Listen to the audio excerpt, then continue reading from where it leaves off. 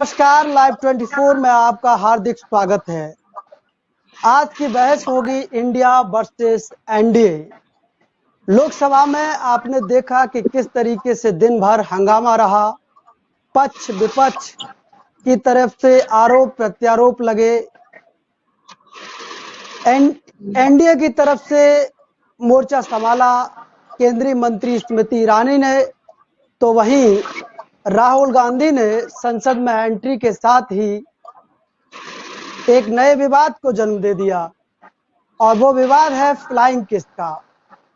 दरअसल लोकसभा में बहस के दौरान जब सत्ता पक्ष के सांसद सामने से हंगामा कर रहे थे, तो उसी समय राहुल गांधी ने अपना भाषण खत्म करते हुए उन्हें एक फ्लाइंग किस मंच की ओर देते हुए और वो वहां से निकल लिए। इस बात को स्मृति ईरानी ने मुद्दा बना दिया और उन्होंने कहा कि राहुल गांधी ने बेहद अशोभनीय और अश्लील हरकत संसद के अंदर की है। इस सदन में महिला सांसद भी हैं।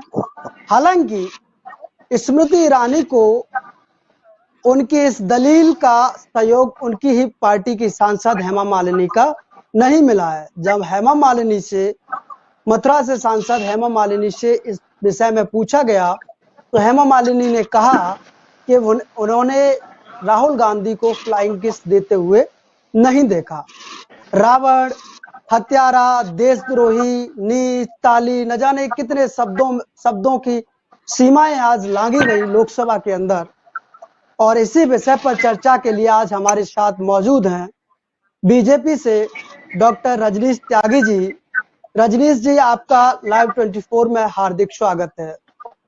संध्या जी हैं, संध्या यादव, समाजवादी पार्टी से हैं, महिला सभा की राष्ट्रीय महासचिव हैं आपका भी लाइव 24 में हार्दिक स्वागत है। चर्चा को शुरू करें उससे पहले हम रजनीश जी के पास चलेंगे। रजनीश जी, आप इस पूरे ये जो शब्दों की मर्यादा है संसद के अंदर और राजनीति में जो मर्यादाएं बार बार लांघी जा रही हैं वर्तमान दौर में, आप इसको किस तरीके से देखते हैं कि ये पॉलिटिकल डिस्कोर्स किस ओर जा रहा है और किस ओर इस देश की डेमोक्रेसी को लेकर जाएगा? रजनीश जी। सभी को नमस्कार। हर एक स्थान की अपनी मर्यादा होती है। जब हम मंदिर में जाते हैं तो हमारी शब्दावली अलग होती है और जब वॉशरूम में जाते हैं तो शब्दावली अलग होती है। सभी जो लोग संसद में हैं उनको संसद की मर्यादा का ध्यान रखना चाहिए। अगर कोई व्यक्ति असभ्य बात बोलता है तो हम आम भाषा में ये कहते हैं कि संसदीय शब्दावली का उपयोग करिए। अगर संसद में भी संसदीय शब्दावली नहीं बोली जाएगी तो देश देख रहा है और देश के युवाओं पर दुष्प्रभाव पड़ेगा। एक घर में 4 कमरे होते हैं, चारों कमरों में व्यक्ति एक ही होता है, लेकिन अलग अलग कमरों में जाकर उसका व्यवहार बदल जाता है। तो राहुल गांधी जी को समझना चाहिए कि वो अपने घर में कुछ भी करें, वो कुछ भी करते होंगे, लेकिन संसद उनका घर नहीं है। संसद भारत की आत्मा है, तो भारत की आत्मा में उन्हीं आत्मीयता के साथ संसदीय शब्दों का उपयोग होना चाहिए। संध्या जी के पास चलते हैं। संध्या जी, राहुल गांधी पर बेहद गंभीर आरोप लगे।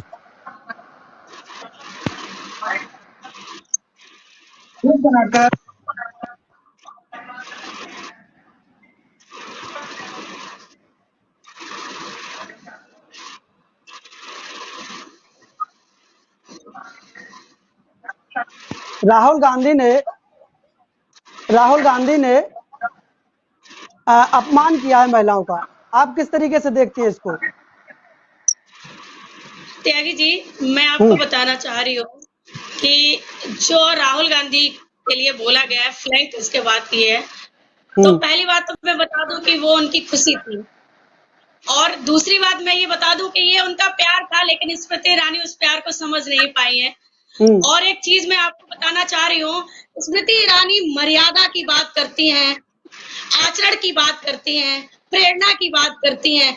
वो प्रेरणा, वो आचरण कहाँ गया था जब मणिपुर में दो महिलाओं को नंगा निर्वस्त्र रोड पे घुमाया गया था और उनके अंगों को नोचा गया था, खरोचा गया था, तब वो प्रेरणा कहाँ थी स्मृति ईरानी जी की? तब वो मतलब उनकी जो प्रेरणा की बात कर रही है, वो जो उनके ठेस पहुंची है एक छोटी सी फ्लाइंग किस से, उन महिलाओं को आप पूछिए, उन महिलाओं को पूछिए कि उनको तो निर्वस्त्र घुमाया गया था, तब वो कहाँ गई रजनीश थी? जी, रजनीश जी के पास चल रहे हैं। जी। रजनीश जी, सवाल आपकी तरफ है।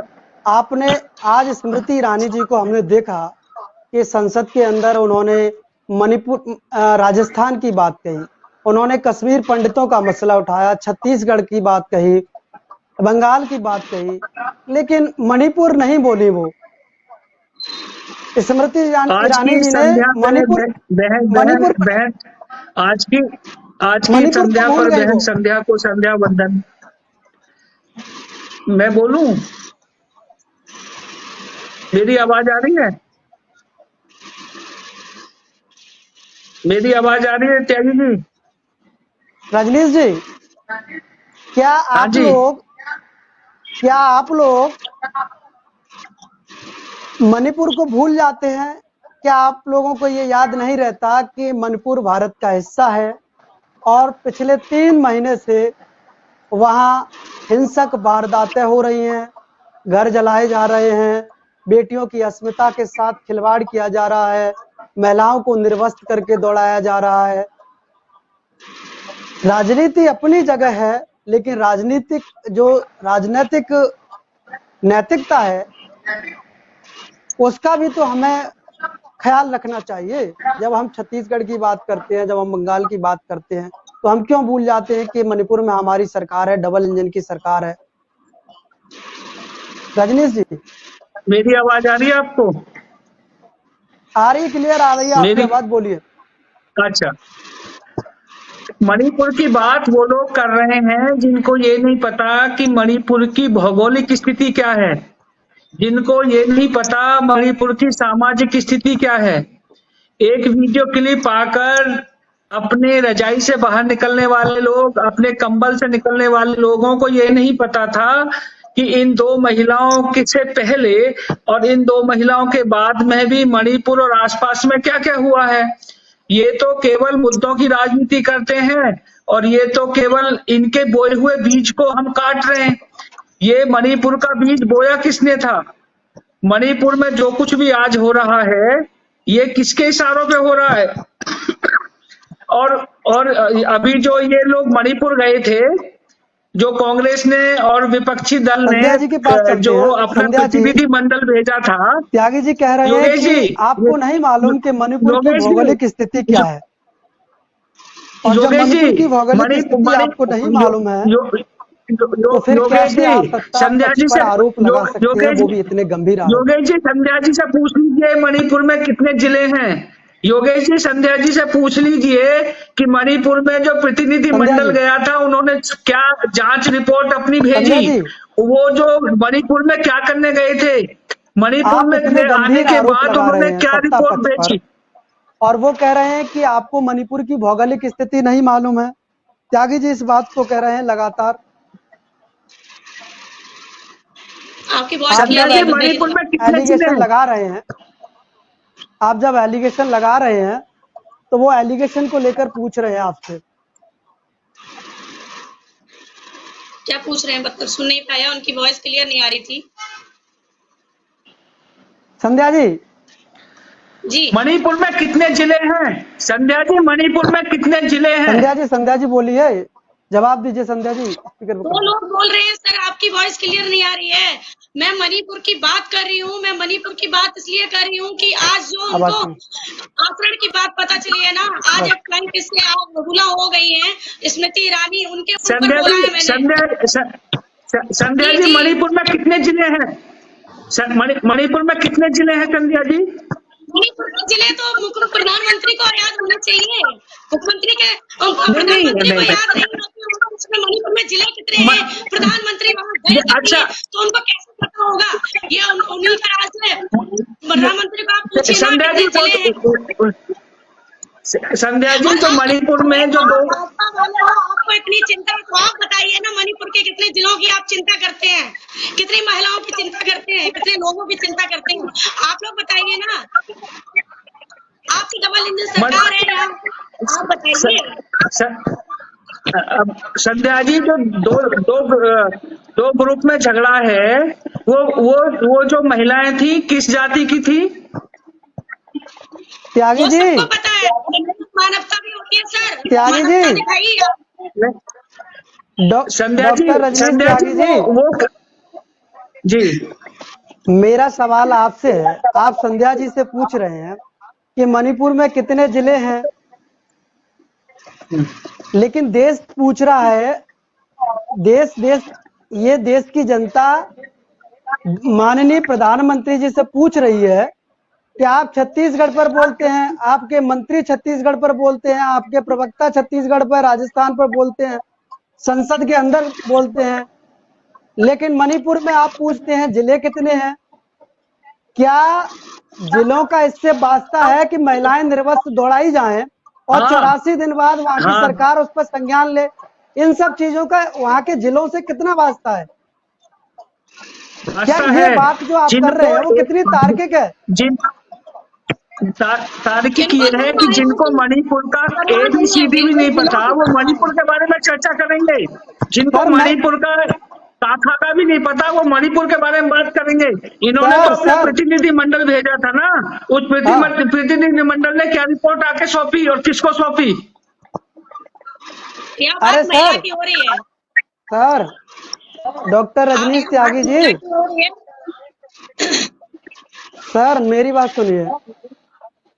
जो लोग वहां गए उनको मणिपुर का काखा नहीं मालूम, मैंने आपकी बात मान ली, लेकिन आपको मणिपुर का, आपकी पार्टी को, वहां की राज्य सरकार को, उन सब लोगों को तो मालूम है मणिपुर का काखा गा ABCD, इतिहास, भूगोल। राज्य में आपकी सरकार, केंद्र में आपकी सरकार, गृह मंत्री वहां गए, ठीक है, एजेंसियां आपके पास, सब कुछ आपके पास, उसके बाद भी मणिपुर जल रहा है, उसके बाद भी महिलाएं निर्वस्त्र दौड़ाई जा रही हैं। तो ये काखागा वाला जो सवाल है वो क्या पहले सरकार से नहीं पूछा जाना चाहिए कि अगर उसको काखागा की जानकारी है वहां के की, तो फिर ये हो कैसे रहा है? सरकार रोक क्यों नहीं पा रही है?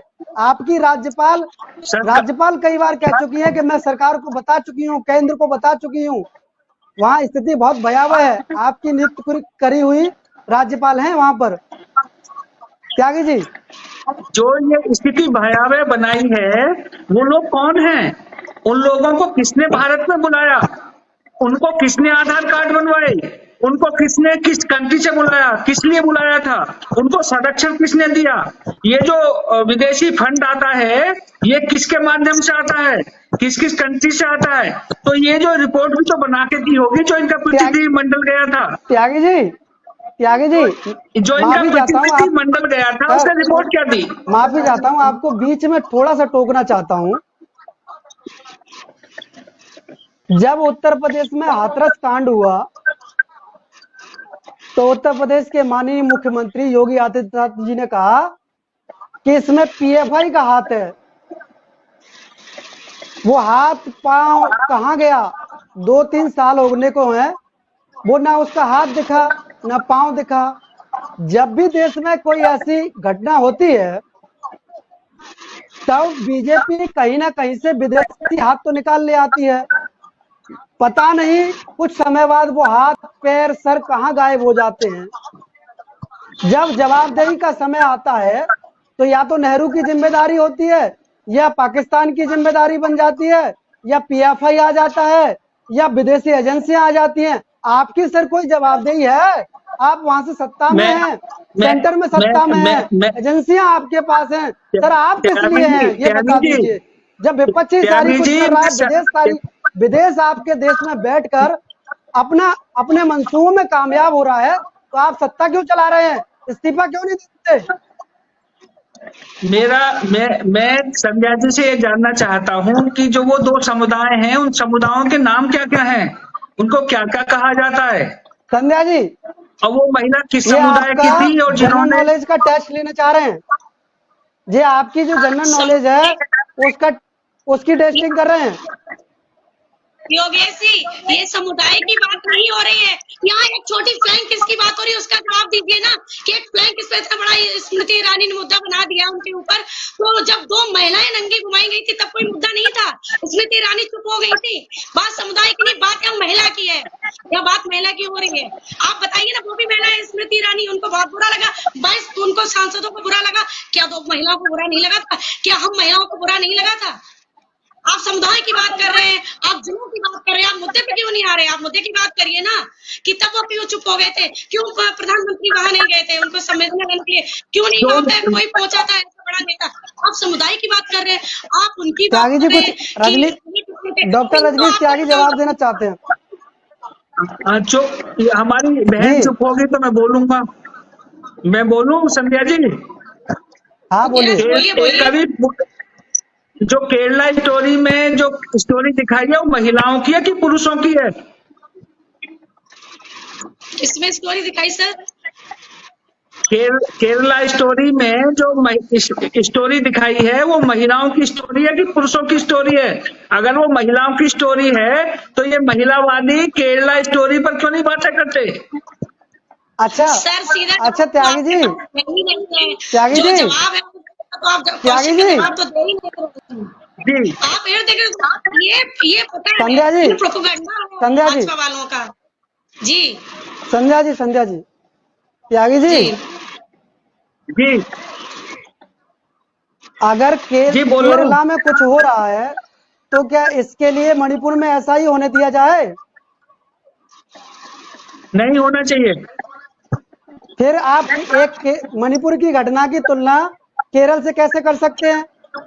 और केरल की अगर हम बात करें, Kerala story, sir Kerala story सुन लीजिए। अभी गृह मंत्रालय ने एक आंकड़ा जारी किया था एनसीआरबी के हवाले से। पता है सबसे ज्यादा महिलाएं कहां से गायब हुई हैं? मध्य प्रदेश में, जहां 15 साल से 20 साल से मामा जी हैं, बीजेपी की सरकार है। सर केरला स्टोरी एक मध्य प्रदेश की स्टोरी भी बता दीजिए।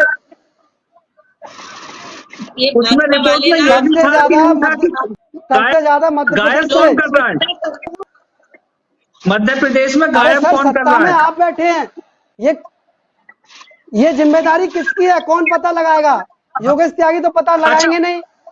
अच्छा, मैं ये जानना चाहता हूँ कि मध्य प्रदेश में जो महिलाएं गायब हो रही हैं, की बात करते हैं, वो डबल इंजन कर क्या रहा है?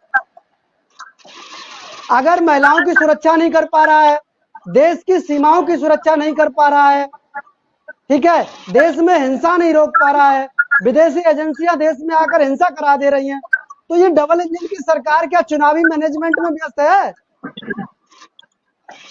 ये विपक्षी दलों की साजिश है कि देश में अशांति पैदा की जाए और वापस वो सत्ता में आने के लिए कुछ भी कहीं भी हिंसा करा सकते हैं। सर ये साजिश कह के तो आप अपनी जिम्मेदारियों से नहीं भाग सकते ना। नहीं, जो साजिश करने वाले साजिश करता है उनको तो पकड़ना होगा। सर मुझे ये बता दीजिए, आप पकड़ लीजिए, आप पकड़ के लाइए, आप पकड़ के लाइए, मुख्यमंत्री जी से कहिए, योगी आदित्यनाथ जी से, कि हाथरस की घटना में जो पीएफआई का हाथ था वो हाथ कहाँ है? ठीक है, मीडिया में वो जो पीएफआई है, जिन साजिशों की आप बात कर रहे हैं वो साजिशें कहाँ हैं? दूसरा, मीडिया में क्या विपक्ष ने क्या साजिश करता उन्हें आपको एफआईआर करने से रोक दिया था क्या? 84 दिन तक एफआईआर दर्ज नहीं हुई, महिलाओं को निर्वस्त्र दौड़ाया गया, क्या ये भी साजिश थी कि 84 दिन तक रोक दिया जाए? ऐसा है, मोदी जी की और योगी जी की जो सरकार चल रही है और इतनी अच्छी सरकार चल रही है, तो इसको बदनाम करने की साजिशें होती रहेंगी, बदनाम करने के लिए साजिशें तो नैरेटिव हो रही है सेट होते सर। रहेंगे। आप लेकिन क्या कहना जनता चाहते हैं सर? मैं आप ये क्या कहना कहना चाहता चाहते हूं हैं कि मोदी कि जी वो की महिलाएं सरकार और महिलाएं योगी जी की सरकारों के सरकार खिलाफ साजिश कर रही थी, इसलिए उनको निर्वस्त्र दौड़ाया गया? विदेशी आप शक्तियां क्या कहना चाह रहे हैं जिनको कि महिलाएं विदेशी निर्वस्त्र होकर शक्तियां इसलिए जिनको दौड़ रही राहुल गांधी थी, मिलते हैं, अपना खुद रेप करवा रही थी वो? राहुल गांधी जिनको मिलते हैं विदेश में जाकर, वो शक्तियां, विदेशी शक्तियां अरे जिनको राहुल गांधी जाकर चाय पीते हैं, जिनके साथ sir come to the Rahul point Gandhi please. विदेश में जाकर देश के खिलाफ साजिशें करवाते हैं। Sir come to the point please. अगर राहुल गांधी विदेश में जाते हैं तो आप भी आम और बिरयानी खाते हैं, झूला झुलाते हैं। ये तो जो किसी भी देश की एम्बेसी का, आपने भी गुजरात में झूला किसी झुलाया है, आपने भी आम सॉल साड़ी बिरयानी का रिश्ता खूब निभाया है, बिना बुलाए उससे पाकिस्तान भारत पहुंच के गए थे, पासपोर्ट की कीमत बढ़ी है। पठानकोट में हमला हुआ था, आईएसआई को आपने मोदी जी जांच ने सौंप देश दी का थी। मान बढ़ाया है। मैं बोलूं, लेकिन सर आप पॉइंट मुद्दे पे रहिए, मणिपुर मुद्दा है। मोदी जी ने देश मैं का आपसे मान ये बढ़ाया पूछ रहा पूरे हूँ, देश में, आज पासपोर्ट आपको की कीमत किसने बढ़ी रोका है। सर? आपकी सरकार को किसने रोका? 84 दिन तक एफआईआर दर्ज नहीं हुई, इसका जिम्मेदार मोदी कौन जी और ने देश का प्रधानमंत्री मान बोल नहीं रहे इस बढ़ाया मुद्दे है। पे, सदन में क्यों नहीं बोल मोदी रहे? जी ने देश का मान बढ़ाया है। योगी जी ने लॉ एंड ऑर्डर, आज कहीं भी चले जाइए पूरे देश में, योगी जी का जो लॉ एंड ऑर्डर है उसकी मिसाल दी जाती है। कर्नाटक, केरल, तमिलनाडु, सबको योगी चाहिए। सब चाहते हैं कि योगी जी जैसा लॉ एंड ऑर्डर होना चाहिए पूरे देश में। सभी चाहते हैं कि योगी जी जैसे मुख्यमंत्री होने चाहिए कानून सभी व्यवस्था को प्रदेशों में। लेकर संध्या जी ये आपकी तरफ इशारा कर रहे हैं, क्योंकि आपकी जब सरकार थी तो कानून व्यवस्था एक बड़ा मसला था और ये सबने देखा कि कानून व्यवस्था कैसे तार तार की गई थी समाजवादी पार्टी की जब सरकार थी। संध्या जी कंटिन्यू करिए। कॉल कट गया मेरा। एक्चुअली में मेरे को कोई वॉइस नहीं आ रही है सर, उधर से इतना शोर आ रहा है कि कोई वॉइस नहीं। दोबारा से मुझे रिपीट कर देंगे प्लीज। संध्या जी शायद आपको हमारी आवाज नहीं पहुंच रही है, आपका फोन डिस्कनेक्ट हो गया है, तो आज हम इस बहस को यहीं विराम देंगे। आरोप प्रत्यारोप का दौर लगातार जारी है। आप दोनों मेहमानों का लाइव 24 के साथ जुड़ने के लिए बहुत बहुत आभार, बहुत बहुत धन्यवाद। आरोप प्रत्यारोप राजनीति में चलते रहते हैं, लेकिन जिस तरीके की जो भाषा इस्तेमाल की जा रही है, देशद्रोही, गद्दार, रावण, अहिरावण, ताली थाली, हम अपनी जो आने वाली पीढ़ी है उसको क्या राजनीतिक संदेश दे रहे हैं? राजनीतिक शिष्टाचार क्या रसाताल में चला गया है? और अगर इसी तरीके से राजनीतिक शिष्टाचार का माहौल उड़ता रहा तो फिर हम कैसी डेमोक्रेसी की तरफ बढ़ रहे हैं, यह हमें सोचना और विचारना पड़ेगा। लाखों लोग आज संसद के उस दृश्य को देख रहे थे बिल्कुल, जब इन शब्दों का इस्तेमाल संसद के अंदर किया गया, लोकतंत्र के मंदिर के अंदर किया गया। तो सवाल यही है कि जो शब्दों की जो मर्यादाएं लागी जा रही हैं, आखिरकार उन मर्यादाओं उन पर कब विराम लगेगा और इसकी पहल किधर से होनी चाहिए? मैं तो चाहता हूं इसकी पहल दोनों ओर से होनी चाहिए।